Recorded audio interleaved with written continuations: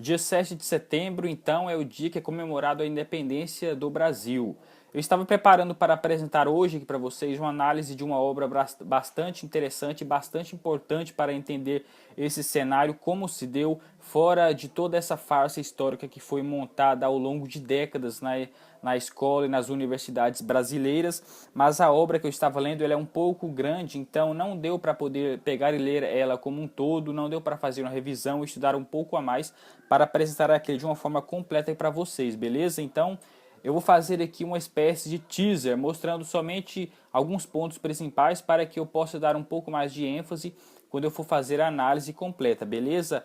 A obra é esta daqui, A Maçonaria na Independência Brasileira, do Tito Livio Ferreira e do Manuel Rodrigues Ferreira, que são irmãos e que eu já fiz outras análises de livros que eles escreveram também no passado.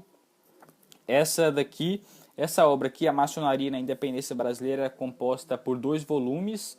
Esse daqui é o volume 1, o volume 2 eu tenho ele ali, eu também posteriormente irei fazer uma análise sobre ele. Então, essa obra aqui ela vai falar exclusivamente como a maçonaria esteve por trás da independência do Brasil, como ela se organizou, cooptou vários estudantes brasileiros que estavam na Universidade de Coimbra estudando e se formando para que influenciassem aqui na independência do Brasil. Vocês vão ver claramente quando eu fizer essa análise completa que como se deu isso daí, porque a história no Brasil ela é completamente deformada. Uma das farsas históricas que é contada para nós até hoje é que a independência do Brasil, uma das causas da separação entre o Reino do Brasil e o Reino de Portugal, é simplesmente o nativismo, ou seja, o que é o nativismo? É uma teoria romântica inventada aí no século XIX para poder tentar explicar aí as razões da independência.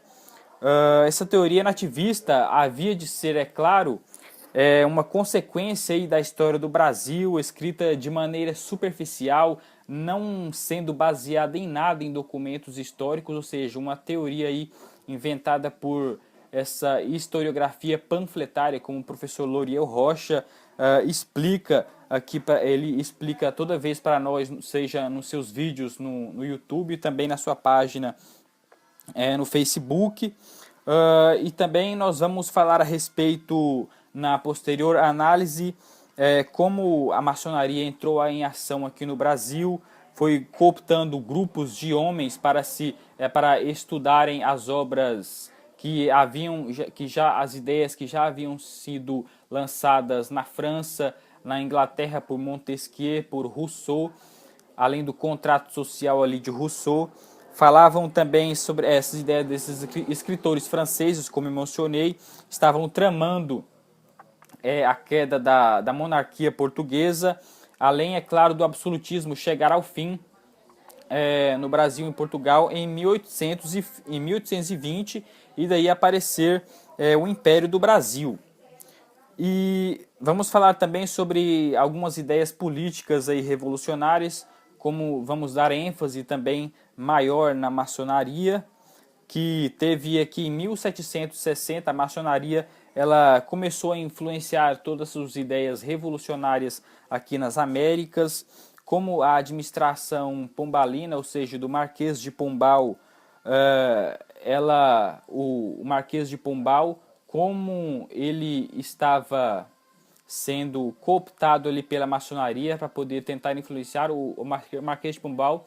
É bom falar para vocês, ele era ministro ali de Dom José I, depois ele chegou a falecer posteriormente, etc.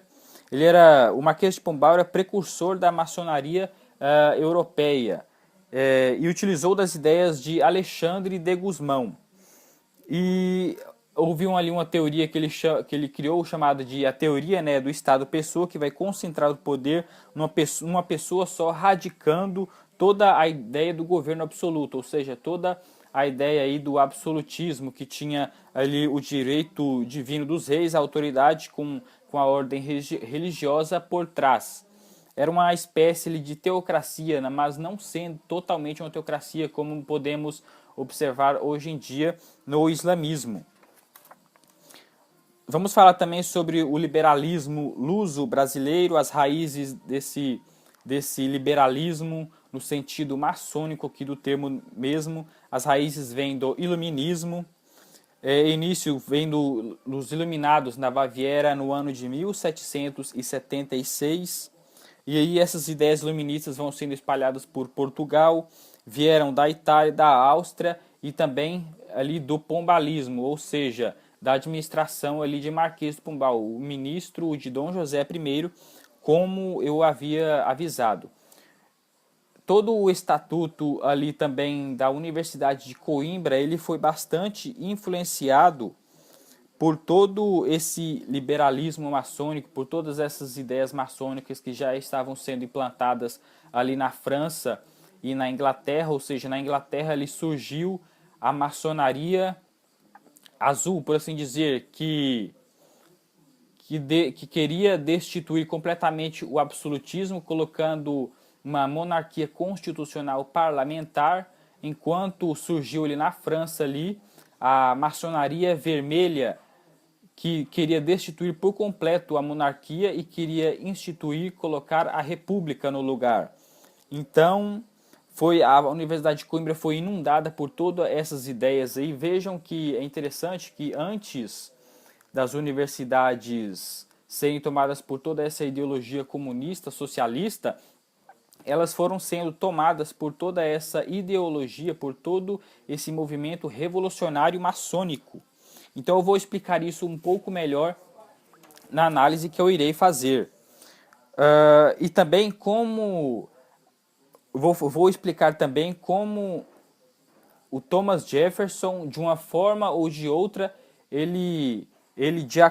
o Benjamin Franklin, na verdade, um encontro de José Joaquim de Maia, um brasileiro, com o Thomas Jefferson para que ele pudesse apoiar a independência aqui do Brasil, aqui de uma forma completamente maçônica, como vocês poderão ver, e que de uma forma ou de outra ele não quis apoiar a independência do Brasil do jeito que ela estava sendo, e eu vou explicar isso um pouco melhor.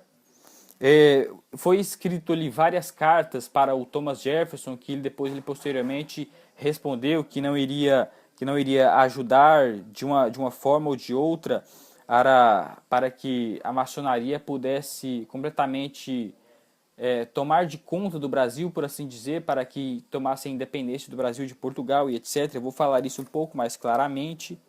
Vou falar também sobre a maçonaria em Portugal, porque antes de entender como ela veio aqui para o Brasil, é necessário que entenda como ela instalou ali em Portugal. Ele foi tomando a Universidade de Coimbra, como eu disse, foi influenciando ali os estudantes para que eles viessem para o Brasil, ali basicamente também viessem para Ouro Preto, para que influenciassem ali na Inconfidência Mineira, que acabou sendo morto ali Tiradentes e etc. Então, galera, a independência do Brasil, ela foi tramada aí principalmente pela maçonaria, como vocês poderão ver nessa análise que eu iria fazer posteriormente, uma análise bem mais completa do que essa. Essa daqui foi só alguns pontos que eu queria tocar aqui para vocês, porque a história do Brasil ela é panfletária, como o professor Loriel sempre diz. Então, a farsa histórica que foi montada aqui no Brasil e que é contada até hoje nas escolas e universidades é uma história assim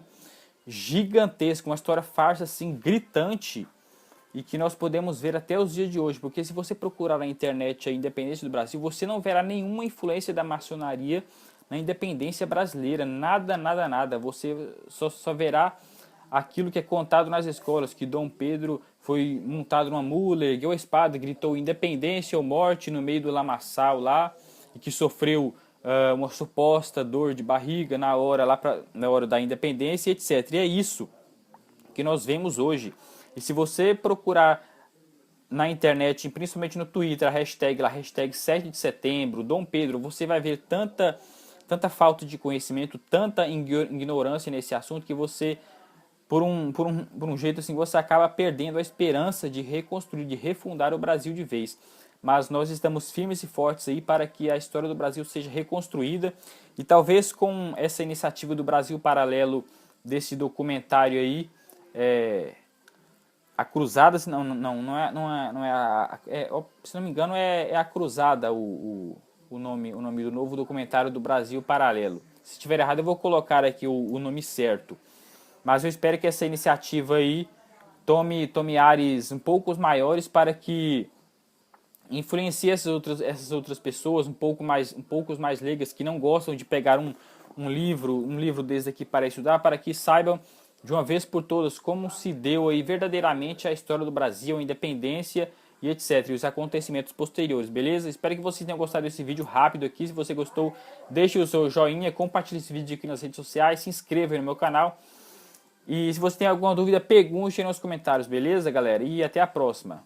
Falou!